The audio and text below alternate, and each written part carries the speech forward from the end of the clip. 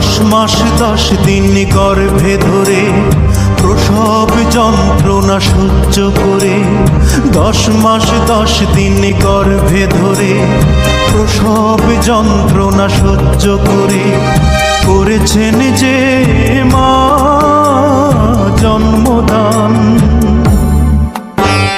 ঘুম পাড়ানি গান শুনিয়ে বুকের রক্ত দুধ বানিয়ে, ঘুম পাড়ানি গান শুনিয়ে বুকের রক্ত দুধ বানিয়ে করিয়েছেন যে মা দুগ্ধ পান।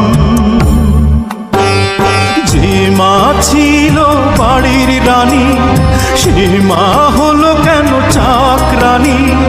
কোন পাষণ্ড করেছে কাজ, হায় আমি কি দেখছি।